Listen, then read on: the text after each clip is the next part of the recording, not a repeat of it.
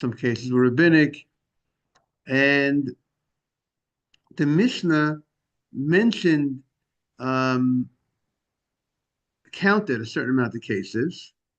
And yet, the cases that are mentioned in the Mishnah are more than the cases that are counted, meaning the Mishnah opened up. There are two cases that are biblical for the guy inside, which are a total of four, which another two cases that are rabbinic. There are two cases that are biblical for the guy outside, and another two that are rabbinical, right? So the Mishnah mentioned there are four cases for the guy inside and four cases for the guy outside. And the Mishnah did not mention yet when the Mishnah counts cases, it says more than four cases, right? The Mishnah stated 16 cases. Now, 16, amen, beautiful. 16 is double eight, meaning you had four for the guy inside, four for the guy outside, a total of eight. And the Mishnah, and you only counted eight cases out of 16. So the Gemara explained that four of those cases of the 16, the people are patur, are exempt. Not only are they patur, they didn't violate the laws of Shabbat at all, because they were just on the receiving end, so to speak. They were just, the poor person received it from the rich man, or the balabayit received it from the poor man, or someone took it out of this person's hand. So in those four cases, the person regarding Shabbat, he didn't do any part of the malacha. He didn't do any act, he didn't do either the akira, he didn't do the uprooting or the hanacha or the placing down. So therefore, we're not going to count those cases of Yisiyot Shabbat. We're not going to count those cases as cases of going out of Shabbat, because those cases are not even, there's not even a rabbinic violation regarding Shabbat, regarding that person who was on the receiving end. Maybe there's some other issue he might have violated, helping facilitate a sin, but that's not That's not a Shabbat issue. That's a independent issue. So the Gemara said, and the Gemara had said that the word patur, when the Mishnah says the word patur, usually means exempt, but forbidden on a rabbinic level. Exempt on the Torah level, meaning you don't have to bring a korban, you don't have to bring a korban chatat, but you're violating on a rabbinic level. The Gemara says no, and the Gemara says our Mishnah is not referring to patur but forbidden. It's not exempt but forbidden on a rabbinic level. It's not even a violation on a rabbinic level of the laws of Shabbat. To that, the Gemara said, we know in Shmuel went on record, and he says that anytime the Mishnah, the Tana says regarding Shabbat, where it says the word patur, it means patur but forbidden, except three cases he gave, which are not forbidden. There are only three exceptions to the rule where the word patur, exempt, means you're exempt, and it's even permitted even at the get-go it's permitted. L'chatchila it's permitted. But there was only three exceptions to the rule, which indicates and you're telling me that this Mishnah is another exception to the rule. That's the Gemara's question. You wanted to tell me that the Mishnah does not count when the Mishnah says patur. Let's say we said the balabait chayav, the oni is patur, when the poor man is patur, because he didn't do any, not the akira, not the hanacha, not the uprooting, not the placing down, and therefore you wanted to say he's patur totally, and he didn't violate the Shabbat in any level. So therefore you can't. So therefore patur does not mean forbidden because of Shabbat, but we only have three exceptions to the rule. There's only three cases Shmuel says that on record that patur means there's no violation of Shabbat at all, even on a rabbinic level. And you're telling me there's a fourth case, a fifth case in our Mishnah, fifth, sixth, and seventh. You're telling me there's four more cases to the rule of Shmuel that the word patur, the word exempt, means it's not even a rabbinic violation. So that's what the Gemara asks. So the Gemara says on 3a, the Gemara says 3a1, Ki itzrich le Shmuel. When does Shmuel need to tell me that if you did a act, if that patur means patur, you're exempt, but it's even patur, but it's even rabbinically, there's no violation. Shmuel needs to tell me on a situation where you actually did an act. Shmuel needs to tell me in a case, particularly Shmuel, when you did an act, you did an action. So when you did an action, you keep the Shmuel a patur where you did an action. So there's a chidush. There Shmuel has to tell you, by the way, I have a case that you did an action, and yet you're not even violating rabbinic law, right? We said under certain circumstances he could go ahead and capture a snake, right? We said there's a malacha called capturing, but we said certain circumstances you're allowed to capture a snake on Shabbat, right? That's what we went on and we said. So um, so the Gemara said, but there we need Shmuel to tell me that even though you're doing an action, you're actually capturing, you're doing the act, you're doing the malacha of capturing, but since you're doing it because of the snake, as we said, and you're not capturing because you need the snake, not that you want the snake, you just want to prevent it from biting you, you're not capturing it for its skin, and one assignment, and preventing it from that pain. So we allow you to go ahead and capture that snake. But however, Peturi the Lokava Maisa Iketuva. Simon, if you want that first volume, is the Hebrew English art scroll. You got that? Oh, if you want that. But in a case when Peturi the Lokava Maisa, Peture that you did not do an action, Iketuva. There are many cases that you could have the Mishnah could use. Morning, Isaac. Morning. The Mishnah could say the word. The Mishnah could say the word patur, but the word patur. You said your Birkat Torah already, I presume. Okay, very good. I got to just double check. Forgive me. I do it to everybody. Don't worry. I can't show any favoritism. I think. Okay. Very good, Isaac. Very good. Good morning, Nathan. So the Gemara says, so Paturity, you didn't do an action. There's many of them in Shabbat that it says they're Patur. I'm not counting those. So the Gemara says, Mikol Mokom, no thanks, thank you very much. You're my coffee. Isaac, you're my coffee. Yes. So the Gemara says, Mikol Mokom Tati Sri Havias. The Gemara says, but there's 12, meaning there's 4 more cases that were not mentioned in the Mishnah. So meaning to say, the Mishnah mentioned 4 cases that one of the people are doing part of the malacha, right? Because we listed a total of, after we gave 4 cases where you violate on a Torah level, the guy on the inside violates 2 cases, the guy on the outside, then the Mishnah stated 2 more cases for each guy,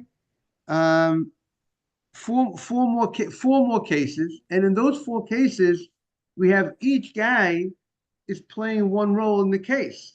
So if you have 4 cases, and each case has 2 people, so that's 8. And so why? And in those cases it says patur. So since in those cases it says patur, so why doesn't it? Why don't we list that as part of the cases that are rabbinically prohibited? So the Gemara says the reason is the following. Because the Tana of the Mishnah, when we want to list cases, we're going to list cases that are very serious, that are very serious as the more serious issues, the more serious concerns. One of the more serious concerns are an act that could lead to a biblical violation. An act that could lead to a biblical violation, that's what we're going to count. But an act that will not lead to a biblical violation, we're not going to count. So therefore, the cases, there are 4 cases. Those 4 cases, there's the akira. is the uprooting of the item in each of the four cases done by one party. And there's the placing down of the item, right? We said there's something called the akira, the guy picking up the item. And there's a guy who does the hanacha that's placing down the item, right? So there's two parts to the malacha, right? In order to violate the malacha, it has to be an akira, there has to be an uprooting of an item, and there has to be a what? A placing down of the item.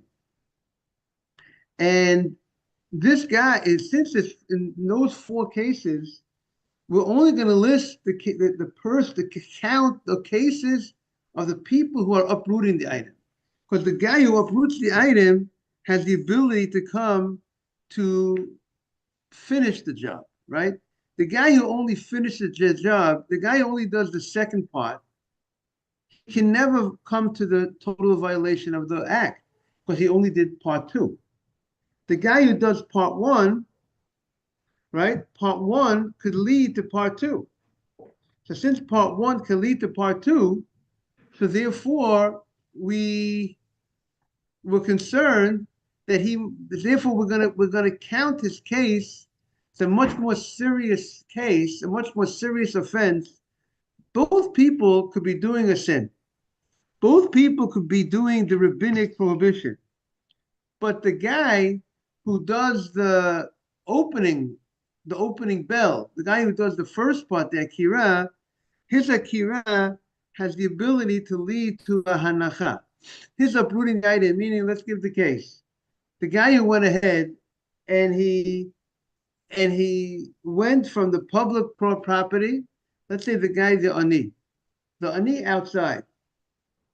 The ani outside, he sticks his hand, oh, Isaac is back. So Amen. Bring Isaac up to date. We're discussing him in Masechet Shabbat. We just started Masechet Shabbat last Friday, not this past Friday, Friday before. And we're discussing Akira and Hanacha. In order to violate Shabbat, you have to uproot it, you have to place it down. So, what'd you say? Till two, or call it Hotzah. Right, same thing. We're talking about taking something from one property to another property.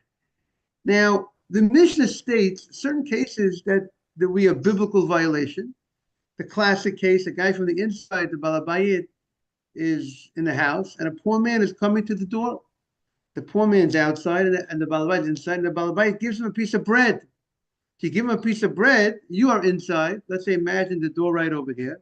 Let's say, if you consider the morning, Nathan, if you consider the street a public property, if you consider it Shita Rabim, and the guy on the inside will go ahead, the guy knocks on the door, and you hand him a piece of bread. So the guy on the inside did both acts. He went ahead and he did Akira. He picked up the bread and he gave it to him, gave it to the poor man. He did both the Akira and the Hanacha. But what about if the guy on the inside sticks his hand outside? But he did not place it in the poor man's hand outside. The poor man outside took it from the hand of the Balabayit. So therefore, the guy on the inside did Akira. He uprooted the item and he moved it to the Rishus. But he did not do the what? The Hanacha. Since he did not do the Hanacha, he did one part of the Malacha. The Mishnah states if you do one part of the Malacha, you're not Chayav. You have to do both. It's a Rabbanan. So that is the case of an Akira by one guy and Hanacha by the other guy. And the Mishnah says Patur. And the Mishnah gives four such scenarios. The same thing if the poor man on the outside, he goes ahead and he sticks his hand inside. He has, let's say that he has something that he wants to give. He wants to give to the Balabayit inside to hold for him. He has his pair of glasses that he wants him to give to hold for him. And he sticks his hand inside with the pair of glasses, and the Balabayit inside takes the glasses from his hand. So the Ani did one part, and the Balabayit did the other part. So that's also Patur, right? Each guy did half the case. Is that correct? Landing, is that Hanacha? So when it stops, that will be the Hanacha. Meaning, let's say but as a result of your strength, your koach, that will also be called Hanacha. There is a parak in Morning Asaf that's called Hazarek in Shabbat that deals with your discussion. If you want, we have a copy of Hebrew English. You want French, whatever you want, old fashioned, whatever you want to learn. We all different styles over here, right, Simon? So that's what the Gemara is now. the Gemara but when the Mishnah lists the case, the Mishnah doesn't list when it counts the cases that are rabbinically forbidden. So the Gemara says, why don't we count both sides of the coin? Meaning we have 4 cases, and each guy is doing 2, and there's 2 violations in each of the cases, which would be a total of 8. So we should count it as 4 for the guy inside and 4 for the guy outside. The Gemara says we're only interested in counting. The Gemara says only things that could come to the Gemara says something that could lead to a chatat. Meaning to say, the exemption of someone who has ability to lead to a chatat, meaning he did the first part, he did the akira. The guy who does the akira, we're interested in list. The Tana wants to count that as a case of patur, because he did an action that could lead to the malacha. Meaning, let's give the first case we gave. The poor man, his hand outside. He was very close. He was close to actually violating in a Torah level, because if he would just put it down, he did the akira, so he could lead. He's up to step 1. He has one more step to do. The guy on the outside, the poor man who takes it from his hand, only hanacha. The hanacha guy can never come to that. It can't lead to the akira. Step 2 can't lead to step 1. Step 1 can lead to step 2. And therefore, we're only counting the guy who does the akira. And therefore, that's why there are 4 cases. That's how Rashi learns the Gemara. And there are 4 cases where the guy does the akira. And those are the 4 cases that the Mishnah is counting for the rabbinic cases. But we're not interested in counting the cases where the guy is just doing the second half of the malacha, because that has no possibility wanting us to come to chatat, to come to a sin offering. When do a person bring a sin offering violating Shabbat? If he b'shogeg, he violated a biblical law b'shogeg unintentionally. But that's the only way unless you can come to biblical law unintentionally, if he does the akira and the hanacha. You can never come to the violation of biblical law if you just do the hanacha.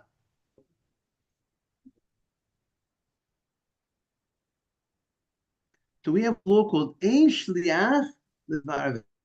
If you ask someone to do something and he does it, he is chayav. You're not chayav.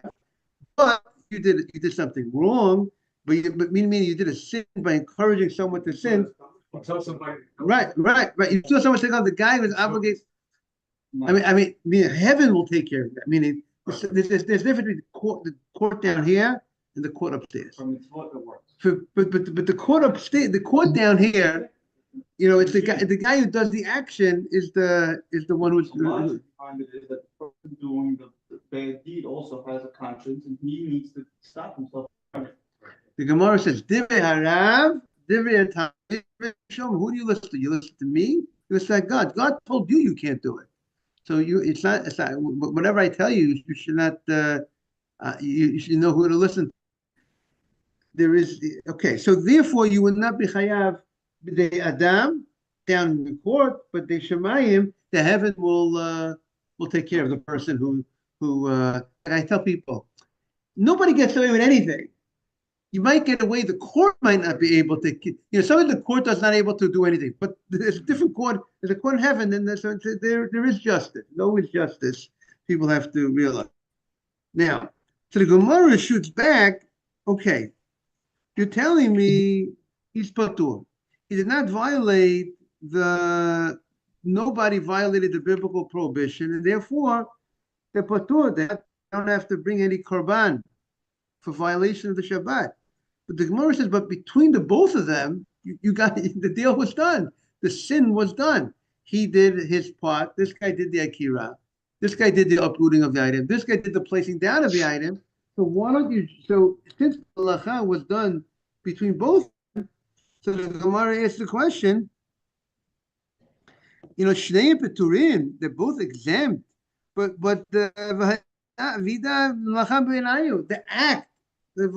act of the malacha, which was going from private property to public property, was done as a group effort. They both did it together. So if they both did it together, okay, now very good, Isaac. You know that. That's the Gemara. The Gemara is going to show the source for that.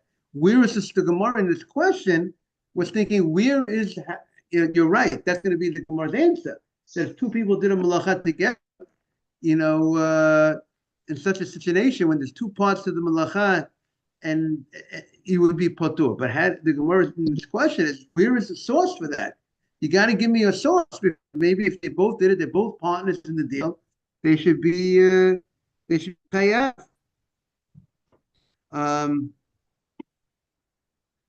So it's interesting that when the Gemara asked the question, the malacha was done between both of them.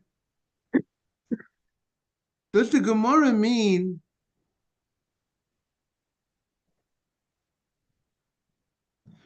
does the Gemara mean to say that both of them should be chayav? That's the way I presented the Gemara's question.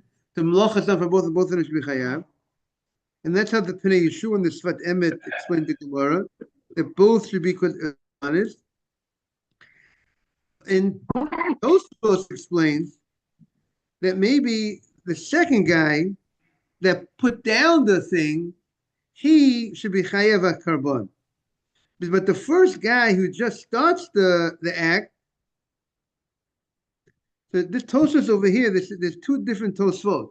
Tosfos over here seems to indicate that the Gemara's question was not that both should be chayav, because if I just started the malacha, I did one part, I should be chayav. I should be chayav a sin offering for just doing the akira. We know the malacha, the violation of Shabbat, is when you do both akira and no. So you could say, Rabbi, maybe if you did akira, the other guy did malacha, we'll join you together. But there are some, the Tosfos learns that the Gemara was thinking that maybe at least the guy who ends the job, you finish the job. Like what does it say? The Sefer Torah has a mistake, and you fix the Sefer Torah. It's like you wrote the Sefer Torah. You made it happen. So, the 10th guy that comes to the minyan, right? He gets extra on the. I still say better be the first 10. But right. Okay, we have to see if there's anything unique on the 10th guy. The first 10, right? The first 10. But the question, maybe it's just the first 10, not the 10th guy that gets anything. Because I would say the first guy should get better than the 10th guy because the first guy came first. So, but the point is that the Gemara. So some learn, and there's a Tosfos later on that the guy who actually moved it to the other property, the other guy who just finished it, maybe shouldn't be chayav. Whoever the person the Gemara is thinking should be chayav, the point of the Gemara's question is they shouldn't be exempt. Either the second guy who finished the deal, the first guy, or both. That's the Gemara's question. But the Gemara answers, Tanya, we learned in the Breita. Rebbe says, regarding Karban Chatat of the Torah says, a person who, a member of the Jewish people, when he did it, in Lashon Yachid, he did it at Kula. Only if you go to the whole malacha, but if you go ahead and you do only part of the malacha, but if you do part of the malacha of a Yachid Shnayim V'Asu, but if two people went ahead and did the malacha, Peturim, they're exempt from the Korban Chatat. So the Gemara says, and that's the source. Doesn't say Basot Tam when they do the malacha, it says Basot Sta.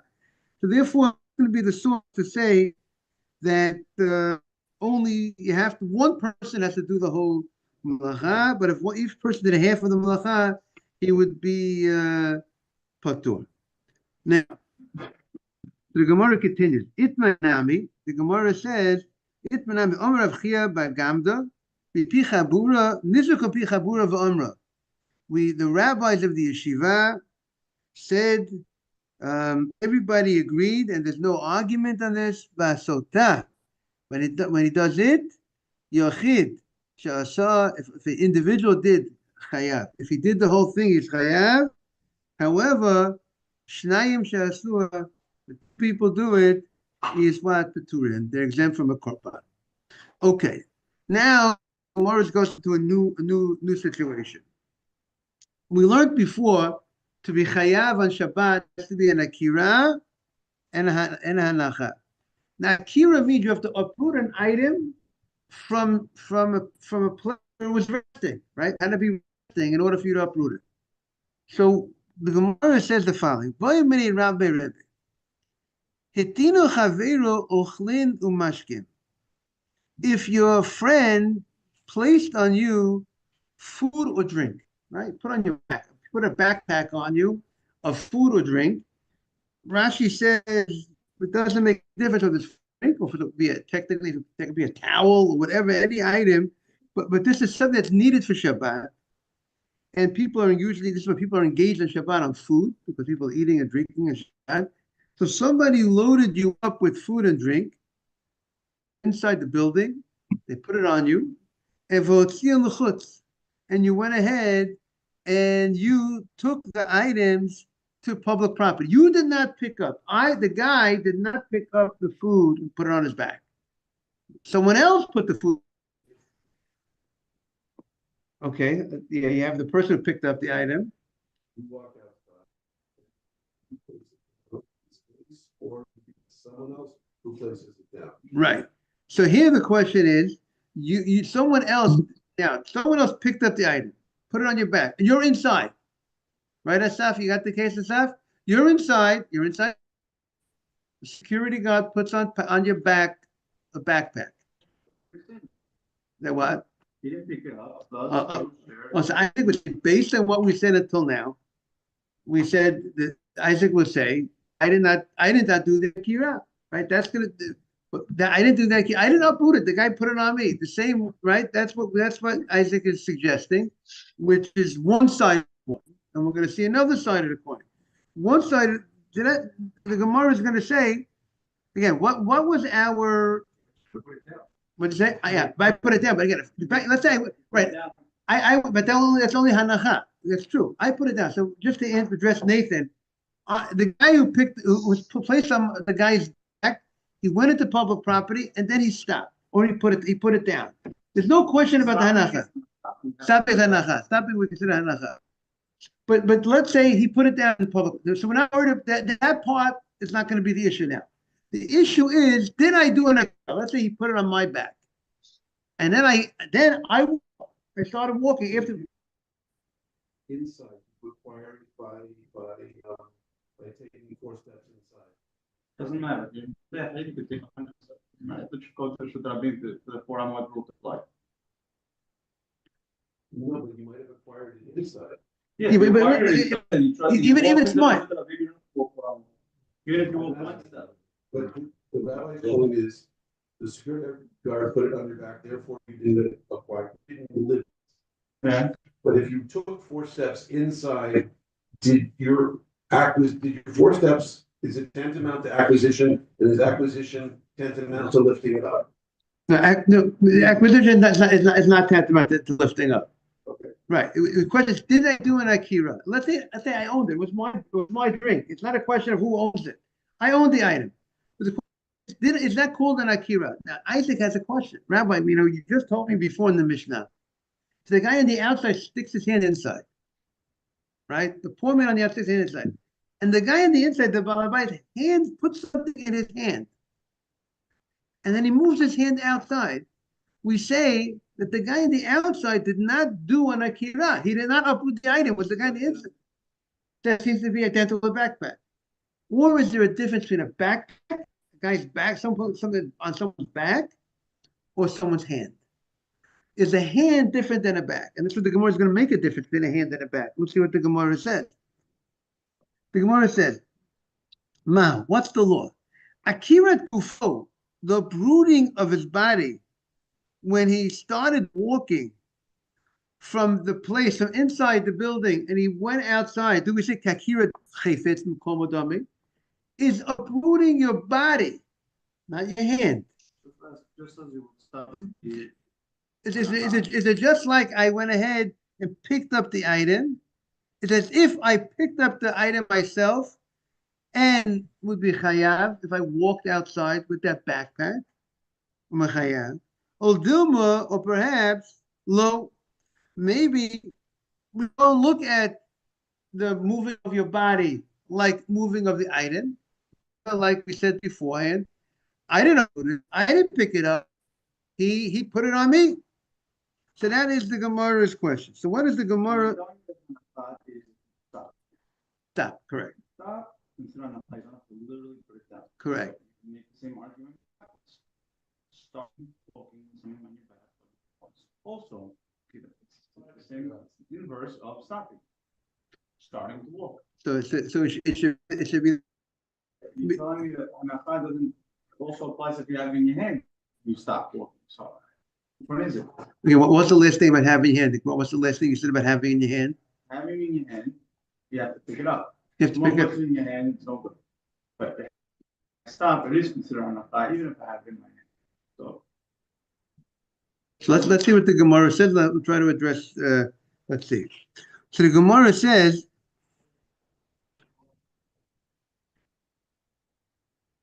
"Hey, chayav." What does the Gemara say? He's chayav. The guy that went out with the food and the drink in the backpack is chayav. And the Gemara says, "Ve'ena domeh liyado." It's not comparable to a person's hand. And why not? What's the difference between a person's back and a person's hand? My timer, the Gemara says, "Gufo naich." The person's body is resting on the ground. My body is resting on the ground. So I'm called the same like what you said. When you stop in the street, you're resting, you're stopping. So I'm stopping. So if I'm stopped, and now I go ahead and I start walking, I have now what? I made the akira. So my body is on the ground. The backpack is on my back. I start walking, even though he put the backpack on my back.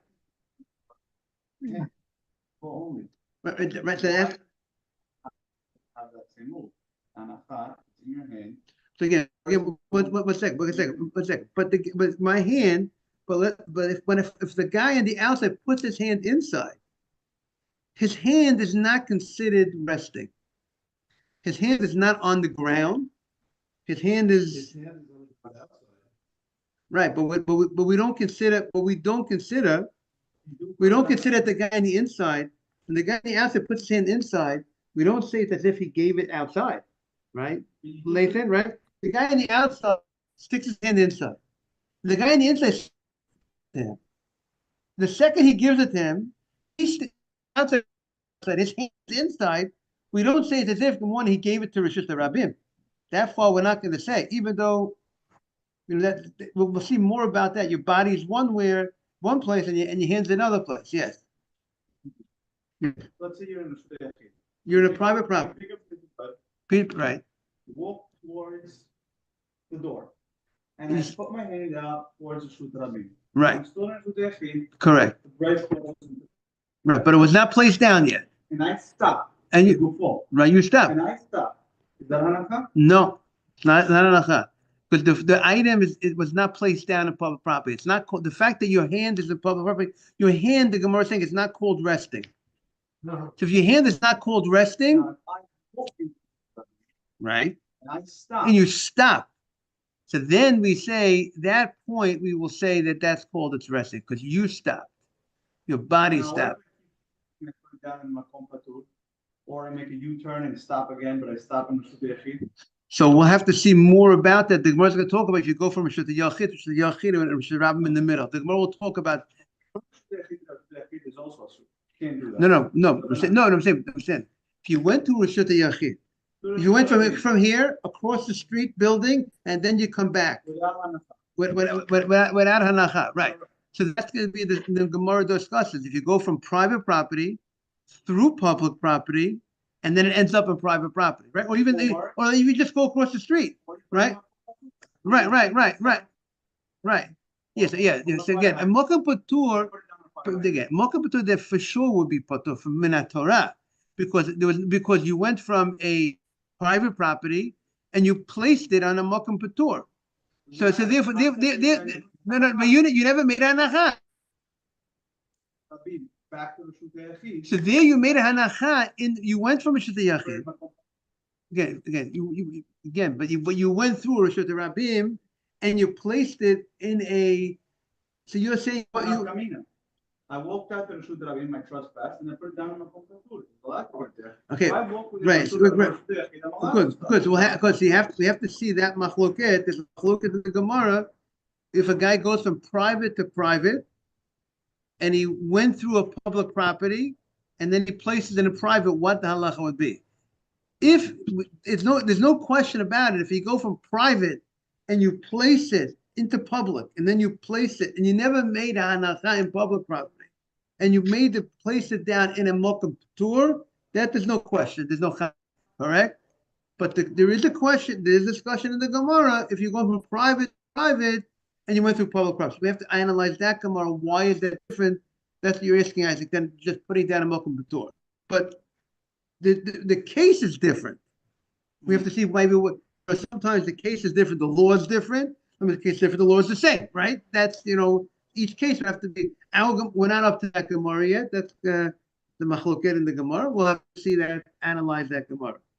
So we're still early in Shabbat. We're on Gimel and Aleph. We're getting our feet wet, right? In this Masechta. So that's what the Gemara says.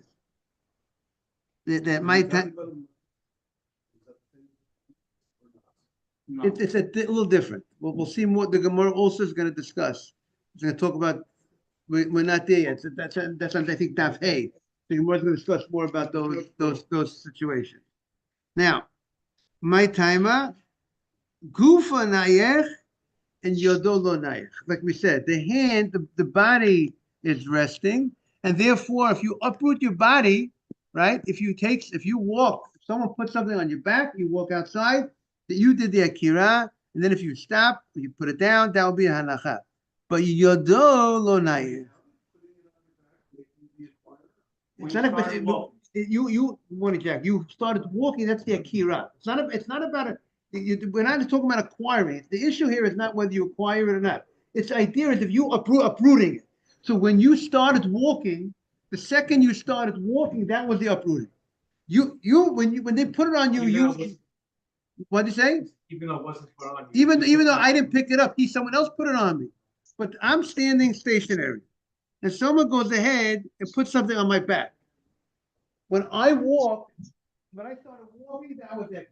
That's as if I picked up the bag. That's what the Gemara is saying.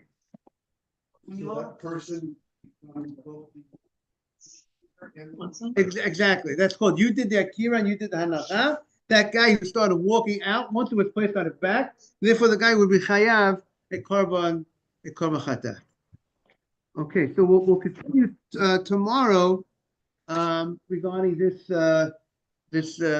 I want to wish everyone a beautiful day. Ralph, great having you, Ralph. Thank you. We ever discuss about the Gentile who comes to the door instead of another Jew? Remember we spoke about that? Right. Yeah. So remind me a little bit about the Gentile and what did he do? And he